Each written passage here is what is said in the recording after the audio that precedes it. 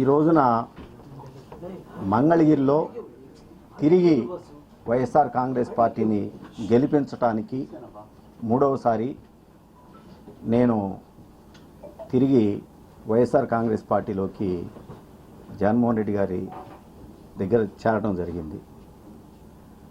పేదవాడు శాశ్వతంగా వాళ్ళ జీవితాల్లో సంతోషంగా ఉండాలి, పేదవాడు గొప్పవాడు కావాలి, ప్రతి మధ్యతరగతి కుటుంబంలో కూడా ఎస్సీ ఎస్టీ బీసీ మైనార్టీలు అందరూ కూడా వాళ్ళ జీవితాల్లో వెలుగులు నింపడానికి జగన్మోహన్ రెడ్డి గారు చేస్తున్నటువంటి కార్యక్రమాల్లో ఒక 2 నెలల కాలం పాటు నేను పక్కకు వైదొలిగినటువంటి పరిస్థితి నుంచి మళ్ళా తిరిగి ఆ జగనన్న బాటలో నడవాలి అని చెప్పేసి నేను నిశ్చయించుకొని తిరిగి రావటం జరిగింది.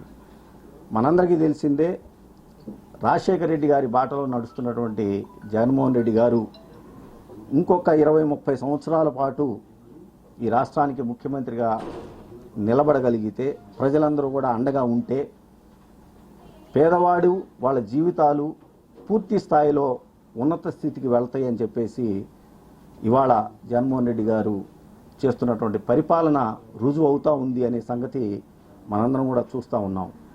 వైనాట్ 175లో నేను కూడా భాగస్వామిని కావాలని, అదేవిధంగా 25కి 25 పార్లమెంటు స్థానాలు కూడా తిరిగి వైఎస్ఆర్ కాంగ్రెస్ పార్టీ కైవసం కావటానికి నా వంతు కృషిగా నేను పనిచేస్తూ ఇవాళ జగన్మోహన్ రెడ్డి గారికి చాలా స్పష్టంగా చెప్పుకోవడం జరిగింది.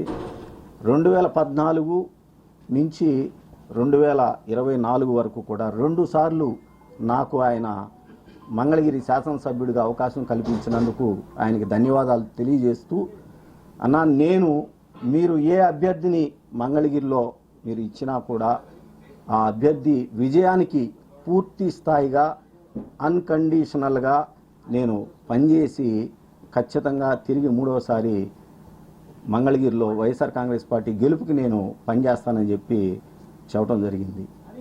ఇటువంటి పరిస్థితుల్లో ఇక నుంచి అన్నకి నేను చెప్పడం కూడా జరిగింది, పేదవాడికి ఏ విధంగా అయితే ఈ రోజున జరుగుతున్న అదే ప్రతిపక్షాలన్నీ కూడా చూసాం. 2009లో రాజశేఖర రెడ్డి గారి మీద ప్రతిపక్షాలన్నీ కూడా ఏకమయ్యి ఏ విధంగా అయితే మరి రాజకీయంగా వచ్చినాయో ఆ రోజున ప్రజలందరూ కూడా రాజశేఖర రెడ్డి గారికి అండగా నిలబడ్డారు. అలాంటి పరిస్థితి మళ్ళా తిరిగి ఈ రోజున వస్తూ ఉంది. ఈ రాష్ట్రంలో పేదవాడికి మంచి జరగకూడదు, మధ్యతరగతి వాడికి ఎవరు అండగా ఉండకూడదు, మధ్యతరగతి వాళ్ళు ఎస్సీ ఎస్టీ బీసీ మైనార్టీలు ఎవరు కూడా రాజకీయంగా ఆర్థికంగా సామాజికంగా ఎదగకూడదు అని చెప్పేసి ఈ ప్రతిపక్షాలన్నీ కూడా చేస్తున్నటువంటి ప్రయత్నాన్ని తిరిగి ఎండగట్టాలి, వాటికి ఎదురుగా నిలబడాలి అని చెప్పేసి భావిస్తూ జగన్మోహన్ రెడ్డి గారి సారథ్యంలో అన్కండిషనల్గా పనిచేయడానికి, అదేవిధంగా మంగళగిరిలో మళ్ళా చెప్తా ఉన్నాం, తిరిగి 2024లో కూడా నేను వైఎస్ఆర్ కాంగ్రెస్ పార్టీ అభ్యర్థి గెలుపుకి నేను కృషి చేస్తాను, పనిచేస్తానని చెప్పి తెలియజేసుకుంటూ, 19లో ఒక ఓసీ చేతిలో ఏ విధంగా అయితే తెలుగుదేశం పార్టీ నారా లోకేష్ గారు ఓడిపోయారో రాసిపెట్టుకుండి, మళ్ళా 24 ఎన్నికల్లో బీసీ సామాజిక వర్గానికి చెందినటువంటి అభ్యర్థి చేతిలో నారా లోకేష్ గారి ఓటమి ఖాయం అని చెప్పేసి ఈ సందర్భంగా తెలియజేసుకుంటా ఉన్నాను. Thank you.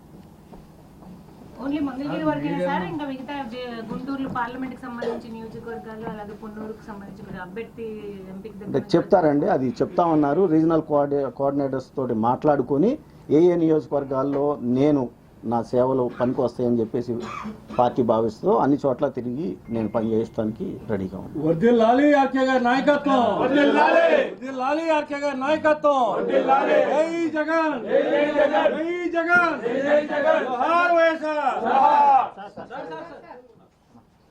గతంలో కొన్ని కామెంట్స్ కూడా చేశారు, వాటికి సంబంధించి కట్టుబడి ఉంటారా లేదంటే దానికి సంబంధించి అంటే ఎటువంటి వ్యాఖ్యలు అంటే అభివృద్ధికి సంబంధించి లేదంటే మంగళగిరి అభివృద్ధికి సంబంధించి జగన్మోహన్ రెడ్డి గారు అధికారులను ఆదేశించి ఆ పనులన్నీ కూడా చేయడం జరిగింది. ఉదాహరణకి గతంలో చంద్రబాబు నాయుడు గారు ముఖ్యమంత్రిగా ఉన్నప్పుడు ఏదైతే బలవంతపు భూసేకరణకి మంగళగిరి రూరల్ అదేవిధంగా తాడేపల్లి రూరల్ మండలాల్లో బలవంతపు ల్యాండ్ ఎక్విజిషన్కి నోటిఫికేషన్ ఇచ్చారో దాన్ని రద్దు చేస్తాము అని చెప్పి చెప్పడం జరిగింది. ఆ విధంగా ఆల్రెడీ పని సిఆర్డీఏ వాళ్ళు గుంటూరు కలెక్టర్ గారు కూడా పనిచేయడం జరిగింది. అది తుది దశకి చేరుకుంది. అదేవిధంగా మంగళగిరి డెవలప్మెంట్కి సంబంధించి కూడా పూర్తి స్థాయిలో అంచనాలు అవి సిద్ధమైపోయి పనులు కూడా ఆల్రెడీ స్టార్ట్ చేశారు కాబట్టి అది ఆ దిశగా ఇవాళ పనులు పూర్తి స్థాయిలో అయిపోవస్తాం. అది నేను ఇంకా అడగలేదండి జగన్మోహన్ రెడ్డి గారిని. జగన్మోహన్ రెడ్డి గారు ఏ అభ్యర్థి ఇచ్చినా బీసీ సామాజిక వర్గానికి మాత్రం మంగళగిరి సీట్ ఇస్తా ఉన్నారు. ఆ అభ్యర్థి గెలుపు కోసం నేను పనిచేస్తాను.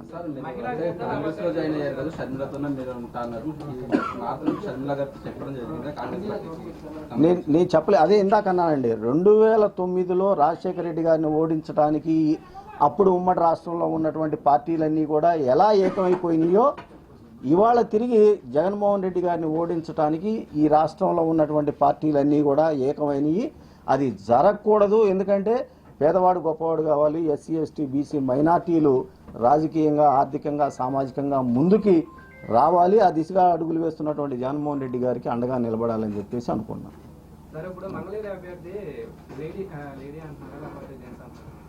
అది నాకు తెలియదండి. అదే అన్నాం, జగన్మోహన్ రెడ్డి గారు వైఎస్ఆర్ కాంగ్రెస్ పార్టీ ఎవరికి మంగళగిరి సీట్ ఇచ్చినా కూడా బీసీ సామాజిక వర్గానికి సంబంధించి వాళ్ళ గెలుపు కోసం 100కి 100% పనిచేస్తాము. ఖచ్చితంగా మూడవసారి 2024లో వైఎస్ఆర్ కాంగ్రెస్ పార్టీ జెండా రెపరెపలాడుద్ది మంగళగిరిలో.